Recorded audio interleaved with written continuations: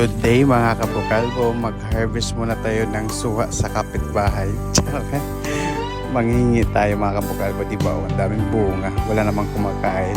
So, hingiin na lang natin to. Total wala naman tao dito sa kapitbahay na to. Sarap nito. Ang lalaki ng bunga mga kabukalbo, no? Parang ulo ko lang, kasing bilog ng ulo ko. So, ayan. Dahil nga, wala tayong gawa ngayon dahil pinaasa tayo.